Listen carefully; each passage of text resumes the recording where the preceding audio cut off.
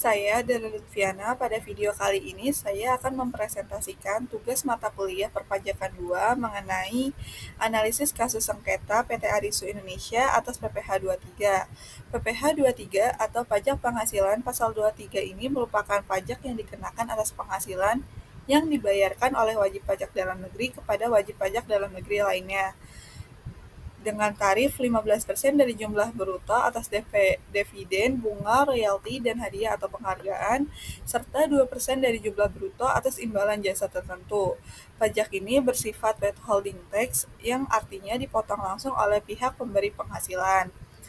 Pada pajak PPh 23 ini seringkali menimbulkan sengketa karena adanya salah penafsiran terkait jenis-jenis jasa yang termasuk objek pajak penghasilan pasal 23 ini, sehingga peraturannya diperjelas melalui PMK nomor 141 garis miring PMK.03 garis miring 2015 yang menjelaskan mengenai jenis-jenis jasa yang termasuk objek pajak penghasilan pasal 23.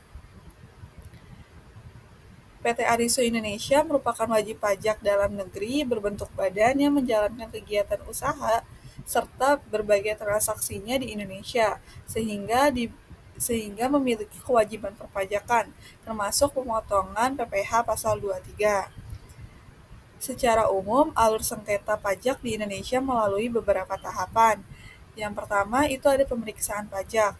Pemeriksaan pajak ini dilakukan ketika Direktorat Jenderal Pajak atau DJP menemukan adanya kekurangan pembayaran, sehingga diterbitkanlah surat ketetapan pajak kurang bayar atau SKPKB.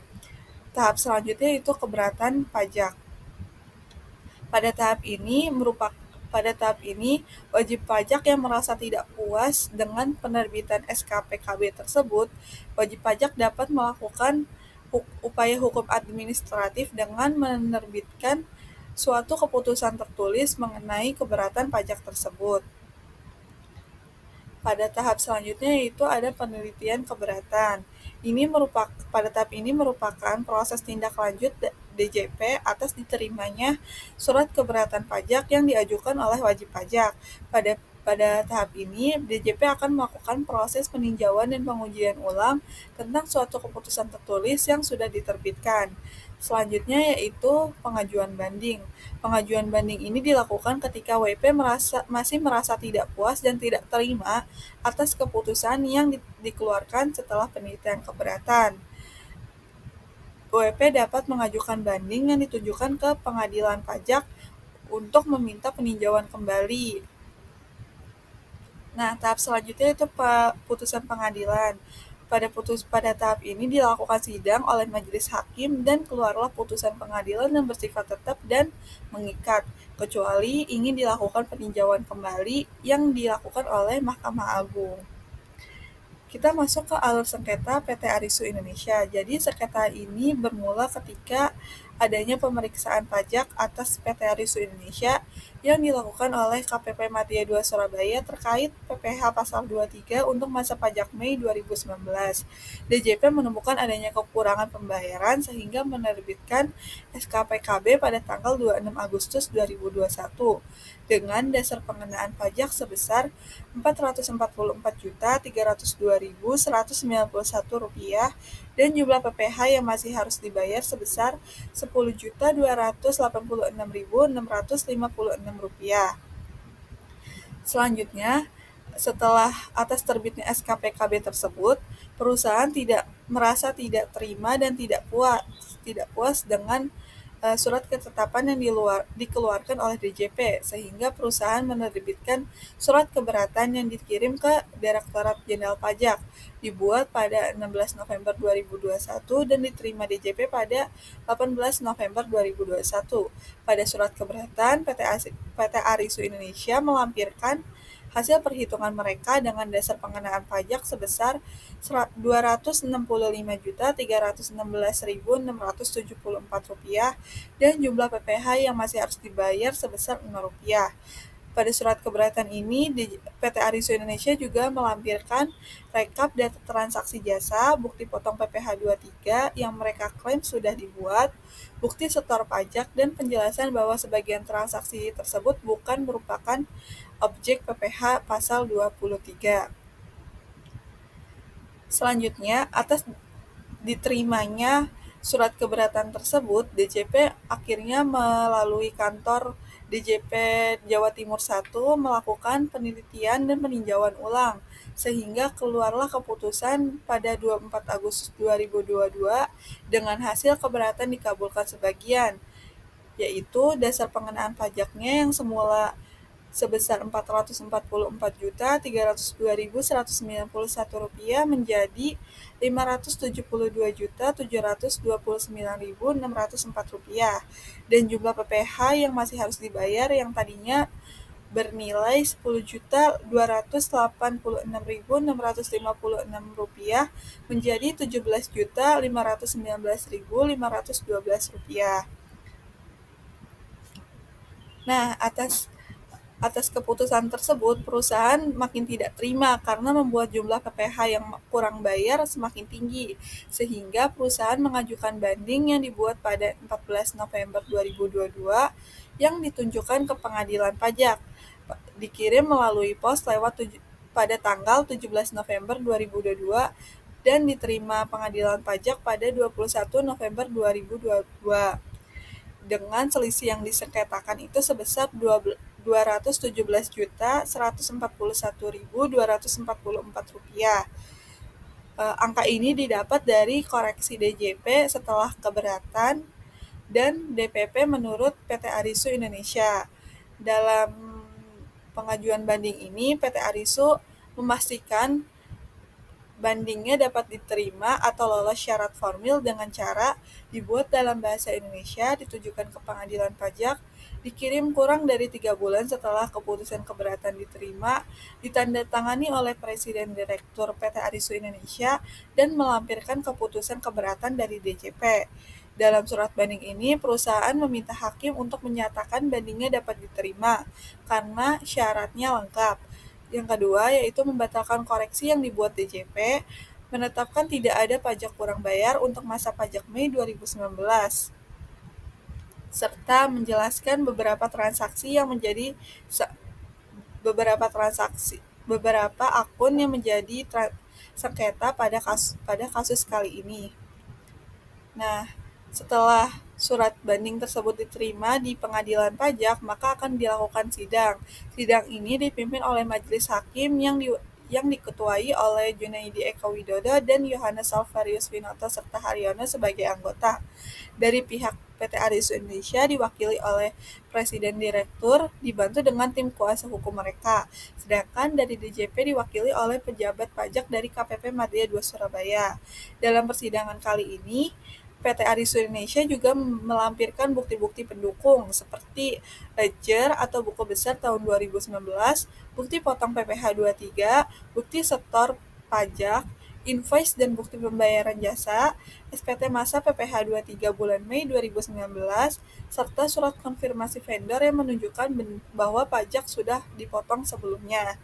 Sedangkan dari pihak Direktorat Jenderal Pajak membawa atau melampirkan bukti pendukung berupa hasil pemeriksaan pajak atau LHP, rekap koreksi yang mereka buat, serta daftar akun yang menurut mereka kena PPh 23. Dan dalam sidang ini, tentunya hakim meneliti beberapa akun yang menjadi sengketa, di antaranya ada akun maintenance building. Pada akun ini, DJP menganggap bahwa ini merupakan jasa teknik sehingga wajib dikenakan PPh 23. Sedangkan menurut PT Arisu, pada akun ini hanya terjadi pembelian bahan material dan pembayaran tukang, dan bukan merupakan kontrak jasa profesional. Nah, hakim menilai pada akun ini karena ada sebagian bukti yang menunjukkan benar adanya pembelian bahan material, tetapi ada juga yang merupakan pembayaran pekerjaan jasa, sehingga sebagian tetap kena PPh 23. Selanjutnya terdapat akun kurir yang dianggap DJP merupakan jasa lain, sehingga kena PPh 23. Nah, pada akun ini PT Arisu Indonesia menjelaskan bahwa pada akun ini hanya terjadi pengiriman dokumen dan sampel lewat JNE dan Pos Indonesia. Dibuktikan dengan adanya struk yang menunjukkan ini bukan merupakan jasa pribadi, sehingga hakim menilai ini bukan termasuk objek PPh 23, sehingga koreksi DJP pada akun ini dibatalkan.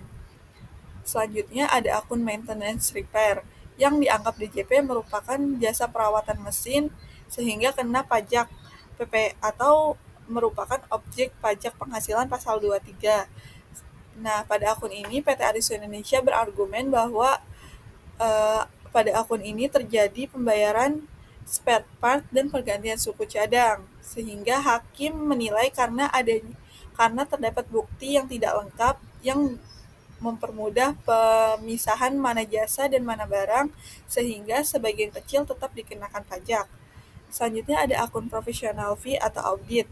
Nah, DJP menganggap ini merupakan jasa profesional sehingga wajib kena PPh 23. Sedangkan PT Aris Indonesia menjelaskan ini merupakan audit ICO yang dilakukan oleh lembaga sertifikasi, bukan dari akuntansi, hukum, maupun konsultan pajak. Dan hakim membenarkan pendapat PT Aristo Indonesia, sehingga koreksi pada akun ini juga dibatalkan.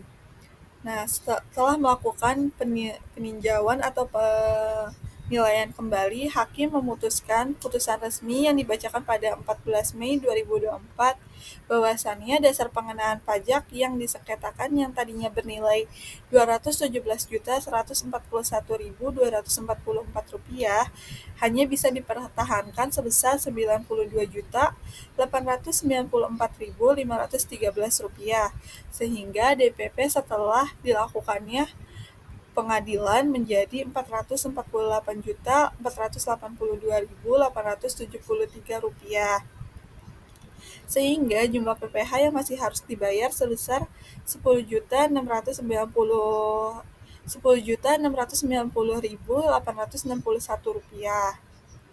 Nah, kesimpulannya, sengketa ini benar muncul karena adanya perbedaan penafsiran tentang objek PPh pasal 23 antara DJP dengan PT Aristo Indonesia, sehingga pada akhirnya hakim menetapkan adanya DPP sebesar Rp448.482.873 dengan pajak terutang Rp10.690.861. Nah, kenapa sih PT Aristo Indonesia tetap menyengketakan suatu PPh yang masih belum kurang dibayar atau PPh pajak terutang yang nilainya cukup relatif kecil? Karena PT Aristo Indonesia ingin meminimalisir adanya koreksi pajak yang dilakukan DJP pada tahun-tahun selanjutnya. Selanjutnya, ada putusan ini menunjukkan penerapan asas keadilan dan kepastian hukum, ditunjukkan dengan hakim yang menilai berdasarkan bukti nyata. Dan proses sengketa ini berjalan sesuai prosedur dan selesai dalam waktu kurang lebih 3 tahun.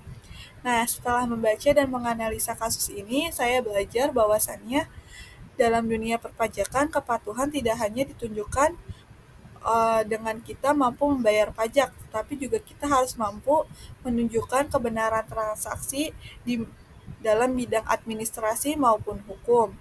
Selain itu, saya juga belajar bahwa dokumentasi yang tidak lengkap dapat membuat posisi wajib pajak lemah di mata hukum.